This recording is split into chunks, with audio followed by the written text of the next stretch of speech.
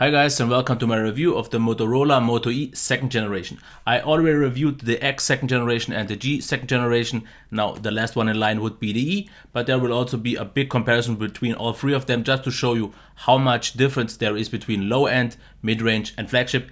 But let's not waste any more time and get to the E. As you can see, it is quite obviously quite chunky, a bit thick, but that's not actually that bad. Let's compare it with the X.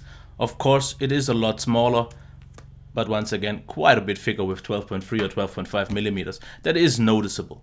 As for the G, a lot smaller once again, and definitely also bigger, but it doesn't feel actually thicker at all, because the good thing is the device is so narrow and lies so nicely in the hand. As you can see here, it could even be thicker without really making any difference, because it is a chunky device, but it is a nice feeling chunky device, because I have to say, you can remove this frame here and put inside the SIM card and SD card. And I thought since this is removable, it would be kind of flimsy, but no, this is absolutely solid, no squeaking or bending. And I also really like the backing of this device, because it is a matte plastic that has a lot of grip. It does maybe scuff up a little bit faster, because I have a few scuffs and I'm not really sure if I made them or maybe a previous reviewer. But this is maybe a kind of softer plastic and you won't be able to replace it, but it is nothing that really makes a huge difference after. But it feels great, it provides you with a lot of grip. The dimple is also nice. Here we have the microphone and the camera. On the right hand side we have the very clicky buttons. All are quite clicky. They sound a little bit mushy clicky, so not really that well made, a little bit cheap, but for the price there's something to expect. And the tactile feedback actually is quite nice. On the top we have the headphone jack, and on the bottom we have the micro USB. Everything else is underneath the chassis itself. I have to say, it is a quite small device. Okay, we only have 4.5 inches and quite big bezels, but it lies so comfortably in the hand. You can reach everything easily. All the curves are very nicely done. Also here, once again, this curve is really nice to hold on. And what I really like is the texture on the side, because this texture gives you so much more grip. And I would really like to see this on other devices as well, because it's not like it feels cheap or anything. It really provides you more grip, and that is the main aspect that is important for me. So even though it is a bit heavy and maybe chunky feeling and looking, it feels great in the hand, and there's not much else to say. I really like the overall aesthetics. It doesn't feel cheap. It feels very substantial due to its size and being so compact. And that's why I actually like it. So let's take on and check the display. We have a 960 by 540 display, so not really high res. And it is obvious things will be kind of, not just not that sharp. There are a lot of borders visible and so on. So definitely not as sharp as display, but if you are in apps like G+, a Twitter app and Gmail and so on, the text is sharp enough. It is okay, but once you are in the browser, then the experience will drastically be diminished. As for the whites, they look quite better actually here on the screen, but I am not so happy because they are way too yellow. This isn't obvious on the camera, but definitely maybe even more yellow than the Moto X already was. Blacks are nice. Not super deep, but deep enough, and in this price range, nothing to really brag about. They don't lose any details, so absolutely actually solid, no light bleed and so on, great.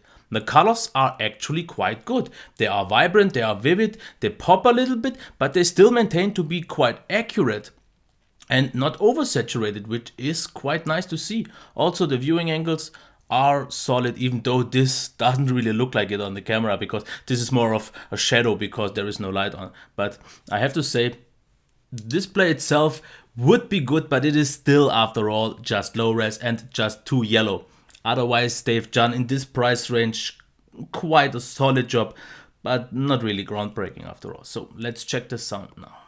Okay. Yeah, sorry, forgot to turn it on.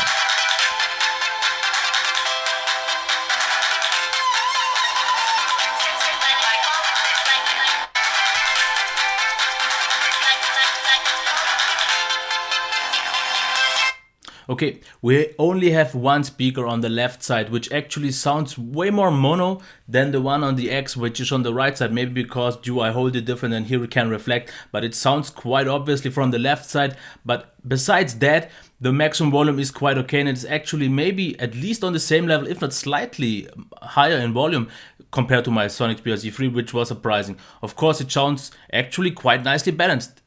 slight hint of bass, but the mids and highs are really nicely balanced, and you have a very clear, really nice sound. So I can't really say it is bad. Of course, it can't keep up with the best ones, but in this price range, the nice thing is to see it is clear and loud enough. So actually quite good. If we check the performance now, and that is actually also quite good.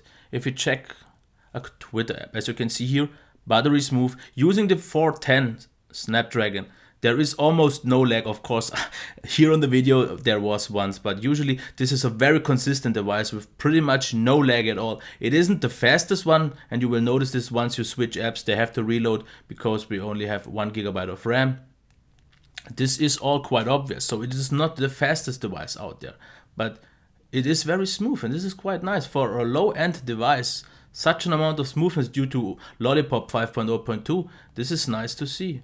And let's check the browser here real quick. Since the page is still loading, you will notice it is a little bit stuttery still. But once the page right now is loaded, as you can see, this is smooth. Of course, it doesn't have the high amount of frames that high-end devices have, but it is absolutely passable and absolutely nothing to really complain about. Same as for the gaming performance. If we check that, it has to load a little bit, but absolutely in games I was happy.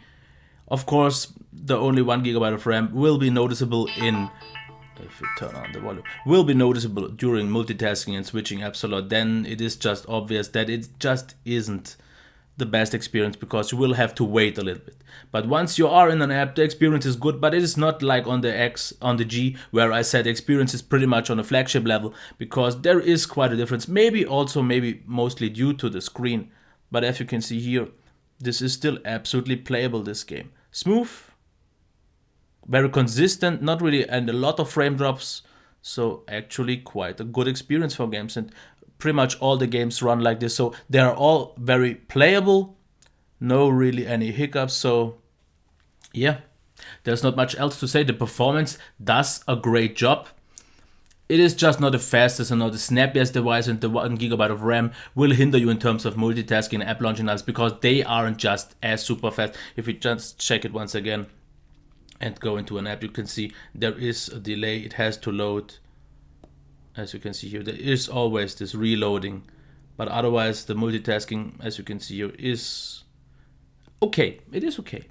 As for the battery life now, charging. 1 hour of charging gets you to 50% and slightly more than 2 hours, and you are at 100% okay value, since it is quite a big battery, actually bigger than on the X and the G. But the impressive thing here is the battery life itself, and I'm going to show this right now. First thing here to show off the great standby range. Okay, it didn't have a SIM card in, but even with the SIM card, I didn't really notice much of a difference. As you can see here, 60% in 6 days. So this is like 10% a day, and this is an awesome value. Here as well, 1 hour and 47 of screen on time over 10 hours, used 26%. Also an amazing value. And now 3 examples for normal use. We have 5.5 hours of screen on time over 24 hours. Absolutely amazing value. This was with a mixed package of 3G and Wi-Fi. Here as well, 4 hours and 40 over 16 hours, but this was 3 hours of Bluetooth podcast streaming over 3G. So not just playing it, but with Bluetooth over 3G, which sucks up quite a lot of battery. Here, similar value, 4 hours and 33 over 20 hours. But this time with 4 hours of podcast streaming over 3G, but this time it was over the headphone jack. So I have to admit the battery life is great. And I would say over the course of 2 days, you can get easily 4 hours, because the drain in standby is amazing, maybe 0.5%, and the drain while actually using it, due to the very efficient Snapdragon 410, the low-res screen is absolutely great. But yeah, you have a few diminishing factors like the screen, but the battery life itself is great. Let's check the performance now, and similar as on the other Motos, I won't really show off that much because it is just pretty much still stock 5.0.2, and I already said it on the G that it has Moto options, which it actually doesn't have, but the E has it. It has Moto Assist, Moto Actions, and Display. The only thing that is missing is the voice activation that the X has. The G doesn't have anything of this. Not really sure why. Maybe the Snapdragon 400 didn't support it, but you have ambient display, You have the motor display which turns on the screen, so you have all of this. And with Lollipop, that was stable. I didn't have any memory leaks or anything like that.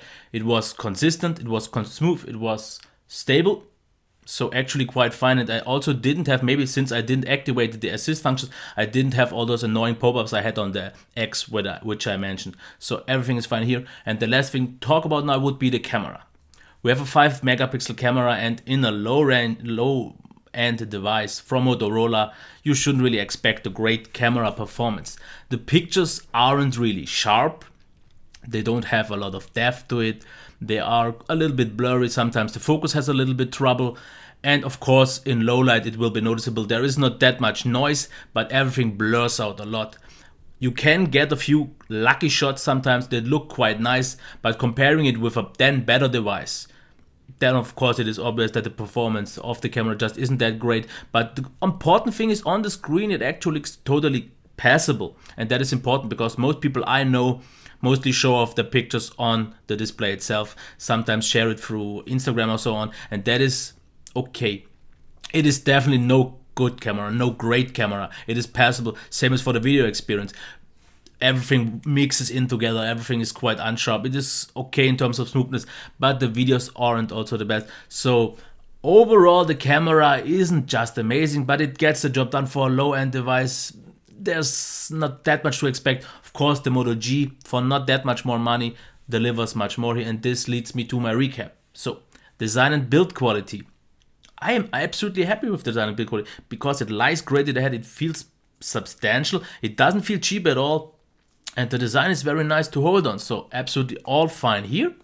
Display, I would say that's the weakest point in my opinion, because it is quite low res and way too yellow. The other attributes like colors, viewing angles, brightness are okay. Of course it is not the brightest screen out there, one of the lower brightness actually, but it gets the job done. But yeah, I would say this is the biggest weakness still, because mostly due to being low res.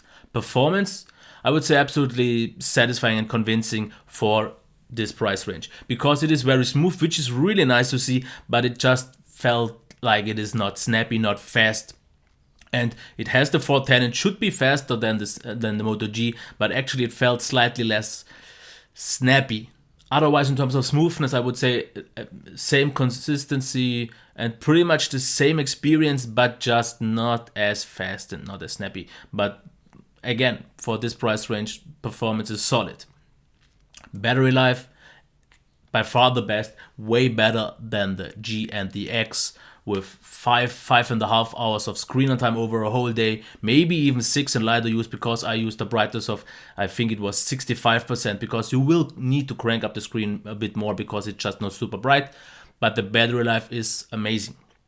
Camera, yeah, not that great. It gets the job done on the screen and is passable. It does once again, and it's almost getting repetitive, but for the money, the camera is acceptable.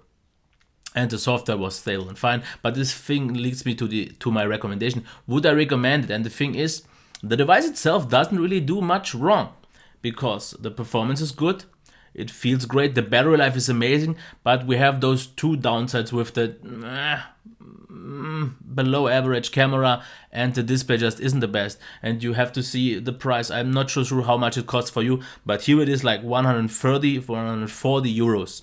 And for like 30 or 40 euros more, you get the G, which has a lot more to offer. The way better calibrated screen and the way better screen overall. The brighter screen, the better camera, the slightly better performance, even though it actually shouldn't be. The battery life is a little bit less good, but it also feels great in the hand. So for this little amount of money you have to pay more, you get, in my opinion, so much more. So if you really only have money for the E, and you are okay with the screen and the camera, you don't really do much wrong, because it is a solid performance, the overall experience is okay.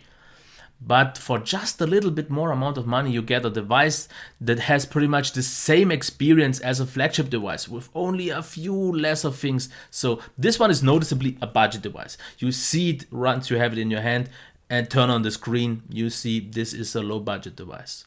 But if you turn on the Moto G, you don't really notice it that obvious. So I would recommend it, definitely, if there wouldn't be a G. But since there is a G, and maybe they almost killed off the G because it is just not expensive enough to not be worth the extra additional money. And maybe this one isn't just cheap enough. But see it as it is, the device itself does pretty much, for its price range, all it has to do, very solid. But it is not cheap enough. So you shouldn't take the G. And this leads me to my end. And once again, okay. Until next time, if you have anything else to say, comments, please rate, subscribe. Yeah, bye. I'll be back.